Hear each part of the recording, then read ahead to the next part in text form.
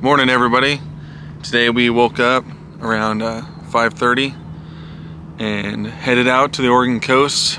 We have a short window of some good weather, so we're going to try to do some crab diving today. Just got out here to the bay. Water's super flat, looks like clear skies today. It's actually pretty warm. It's in the high 40s right now, which is awesome for December. So we're gonna wait for it to get a little bit lighter. As you can see, the sun's coming up still. We're gonna take a minute to get ready, get all of our gear laid out, hopefully get in there and find some crabs this morning. I'm gonna start over the basic stuff before we get in of what you need to go crab diving. It's all pretty simple. So you're gonna obviously need your wetsuit. Here I'm using a 7mm open cell. It's Lahaina. I've had this suit for probably a couple of years now, and it's doing pretty well. So you have your suit, your top and bottoms. Next you're going to want is some booties. So these are also by Lahaina. They're 5mm booties, which keep your feet nice and warm. Match with their 5mm gloves, also by Lahaina. So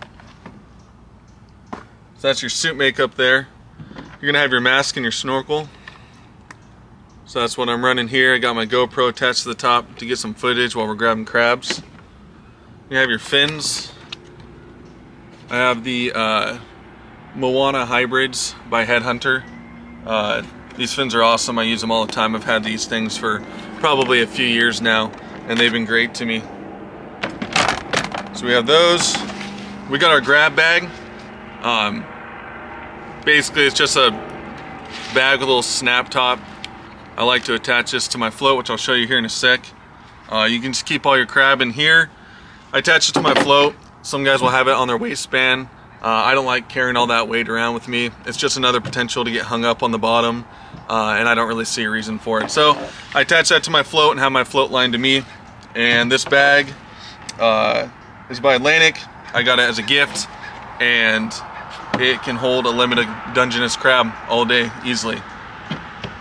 Next thing we got is our weight belt. So if you're new to spearfishing or freediving in general, with your suit on, you're very buoyant in salt water to the point where you won't be able to dive down. You have to get a correct weight, what kind of suit you're wearing, and your body weight and all that based on you. Everyone's weight's gonna be a little bit different. Right now I think I'm rocking about 17 pounds. On there I have my knife as well. Always have a knife available on you while you're diving. And then I have my crab gauge, which is on there as well for measuring crab, making sure we're grabbing legal crab, not having to drag them out of the water and check. And then you always keep a separate crab gauge, which I'm gonna keep up here at the truck, just in case you lose yours. It's not gonna end your day. In this bag right here, I got my float line. I have a couple different lengths, but here I just run a 60-foot float line in case I wanna get into the deeper sections of the bay, which we probably won't today. But just in case, we have that option. Then we're gonna have our float here. It's got our dive flag on it, which has seen better days. But float right here, gonna have my bag hanging from it. It's gonna have a float line attached to the front, which is that white one I just showed you. And then that's gonna be attached to me. The purpose of that is boaters being able to identify where I'm at with the dive flag and the float, being able to stay a minimum of 100 feet away. The section I'm gonna be diving is a popular spot for guys to be dropping crab pots. So it's just a good way for me to be safe and the boaters to be able to identify where I'm at the whole time, even when I'm on the bottom. Other than that, we have our suit spray, which I just use a conditioner and a water mix in a spray bottle. And what that's gonna do with these neoprene suits, they're very difficult to get into. This one's well broken in, but as you can see here, it's a very sticky material. So it's not like your traditional surf suit where you can just slide on in, you know, and that soft inside. It's got a very sticky inside. So what I like to do is spray the inside with some conditioner, mix with water, and then I'm gonna pour some more hot water in there for my own comfort, being that it's a little bit chilly outside, and then it helps you slide that suit on. What that's gonna do is gonna trap all your body heat inside, and it's gonna keep you nice and warm. Again, I wear a 7mm out here on the Oregon coast all year round, and it can be a little hot during the summertime, but not enough to make me want to go out and buy a different suit. So again, that's all the gear laid out, what you're gonna need for crab diving. All right, we're all geared up now. We're gonna get ready to head in. Water clarity looks fairly decent. in just right here from the edge, which isn't always telling the truth, but we're gonna head out, kind of find the shelf of this wall and get to some sand and hopefully get some crabs. Let's do it.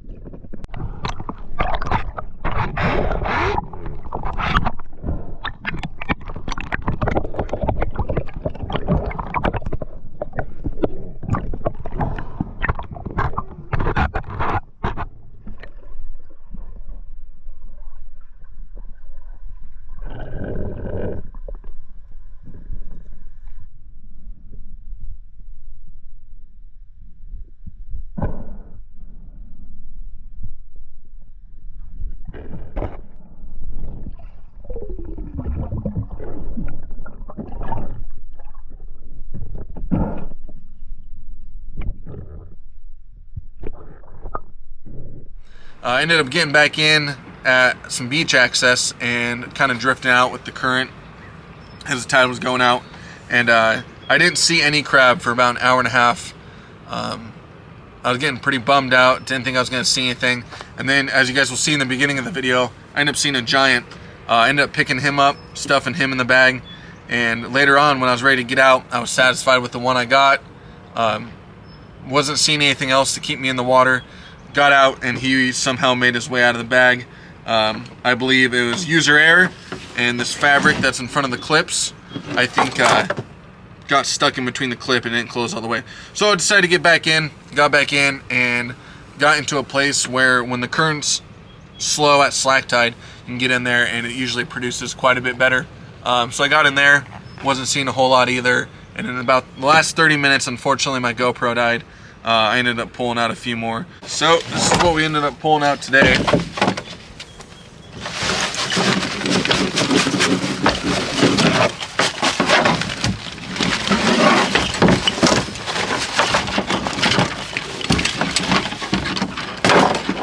Pretty healthy looking batch. Ended up taking 4 home today.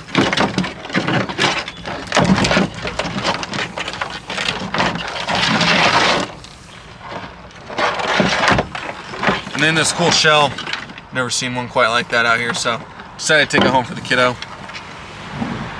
So this is a Dungeness crab. It's what we have here native in Oregon. They're super good eating. The bag limit right now in the state of Oregon is 12 a day. That's all year round.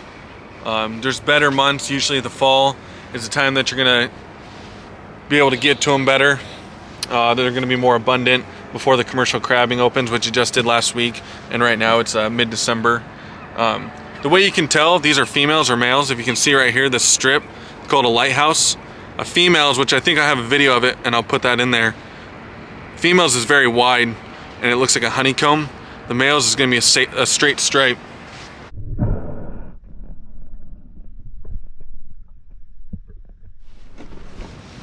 Now the way you're gonna measure these, you can see on each end, it's got a horn here and a horn here.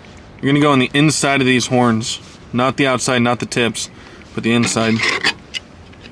This is a crab gauge. It's got different measurements for different states, but here in Oregon, the carapace has to be 5 inches and 3/4.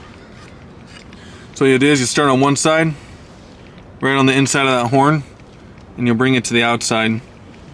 So if I were to measure it and it falls short of that first mark, that would be illegal. But have a mark there, clearly illegal. That one is about 6 1/4, a little bit bigger right there. So a pretty decent sized one. The first one I grabbed, I think I measured was probably 6 3/4 or so, but again, unfortunately he got away. So dispatching a crab is pretty simple. You just want some sort of edge in order to break the carapace open.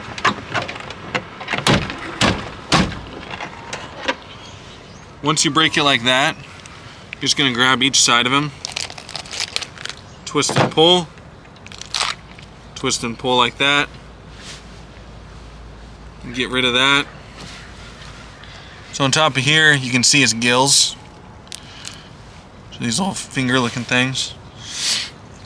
And pull all that nasty stuff out.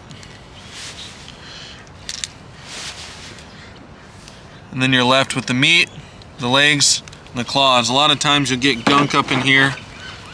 Maybe like on this side a little bit. You come out and flick it out. Yeah, anything that kind of wants to fall off, go and let it come out with it.